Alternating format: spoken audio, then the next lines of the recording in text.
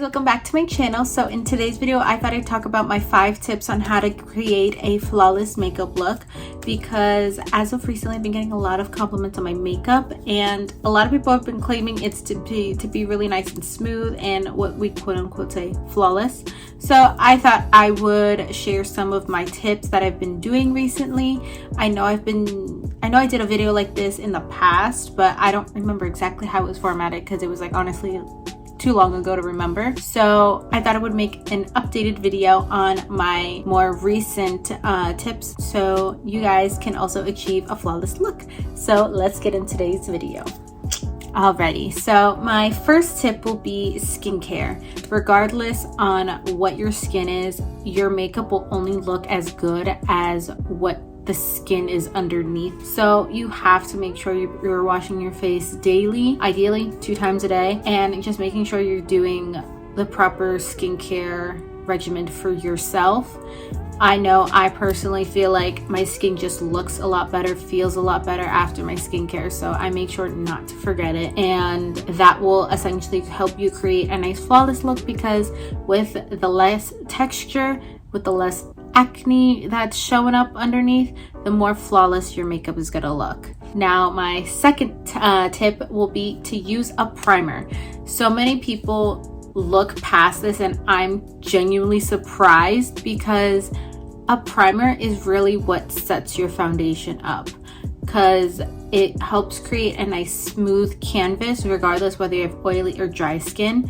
One primer I would recommend, honestly, that's good for any skin type, is the Tatcha Liquid Silk Canvas Primer. That one is absolutely amazing, has a lot of skincare benefits and also has some makeup benefits as well. It gives a nice blurring effect, and it also helps with minimizing your pores, and it also just essentially hydrates your skin, which is why I recommend it for anyone really. If you want something to help with more oil control, again, I would highly recommend my tried and true, my Smashbox Control Mattifying Primer. That guy has been my ride or die for so long. So for the oily girls out there, I would consider Smashbox if you really want to help control oil as well. If not, I would highly recommend the Tatcha Liquid Silk Canvas for anyone else, whether you're dry or combination. That primer shall work wonders on your skin, I promise you that. So my third tip would be to make sure you clean your makeup brushes, because nothing is worse than using dirty makeup brushes while applying your makeup, because it has leftover bacteria and it can essentially cause breakouts, which of course will not lead to flawless skin and evidently to flawless makeup. So you want to make sure you're cleaning your brushes. It also, like, I feel like when you get leftover foundation in your brush and also whatnot, it ends up creating, I feel like it ends up creating like a texturized look, and it just doesn't look nice and smooth. Versus a nice clean brush, all the bristles are nice and fluffy and you can apply your makeup a lot easier. So make sure you clean your makeup brushes. I promise you, I do see a difference versus when I have my used brushes versus using very clean brushes. So my fourth tip is gonna be called less is more, and that means just make sure to kind of monitor or manage how much you're putting on at a time, because essentially a lot of people who have issues with creating a nice flawless look is when they're applying so much just because they're focused on more coverage more than anything, and that can essentially hinder the look of your foundation. Or I'm just saying that as an example, but this can be applied to literally anything. But it can emphasize texture. It can also make it look super unnatural. So less is more when it comes to really anything in makeup, and just kind of feeling out what works for you.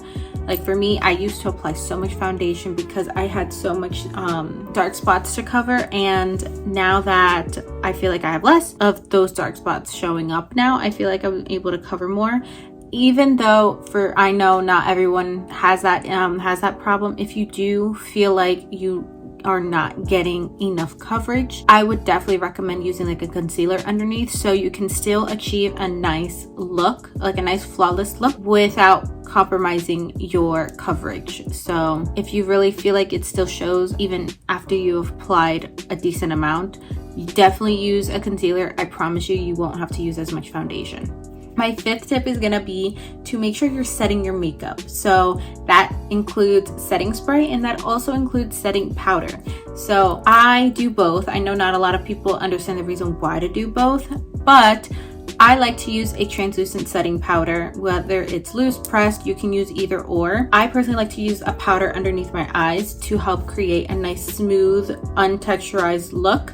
And it also helps make sure that my concealer doesn't crease for too quickly, so that can also benefit your flawless look with making sure that everything looks nice and snatched, and it also helps with a little bit of a brightness. So I feel like it just kind of complements whatever you've just put on with concealer, so it kind of just sets it in place and helps it make look nice and airbrushed. That's really why I like setting powder. And I also use it to kind of emphasize my nose contour and also my my bronzer. That also that emphasis also makes it look a little bit more done up, and I think essentially makes it look more flawless. But you don't really have to do all the face stuff, but I really do see the difference when I use it underneath my eyes. As for the setting spray, I think it's the cherry on top of the cake when it comes to your makeup, because it kind of melts everything together and just makes everything like one. Kind of just seals everything in place and also improves the longevity of your makeup, like I've mentioned before. And I think it's just really necessary to use because I do see the difference when I don't use it. My face, just because I'm oily, my face gets a lot more oily and everything starts to separate a lot more quickly when I don't use it. So it's one of those things where I feel like people look past because they don't think it does anything to improve, but to improve physically, but it does help improve longevity.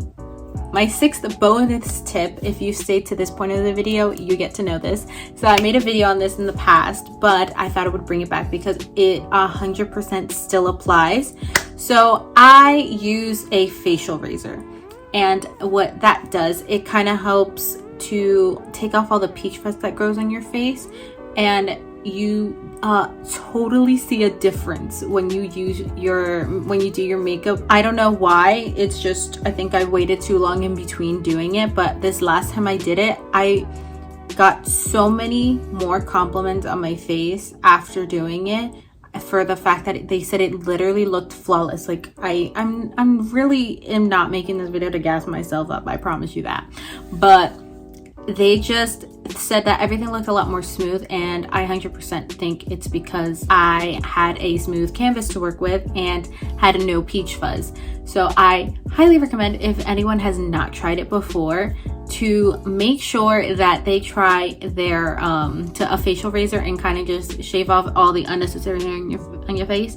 And it also works as an exfoliation process, so it takes off all the dead skin and just leaves your skin feeling baby smooth, really.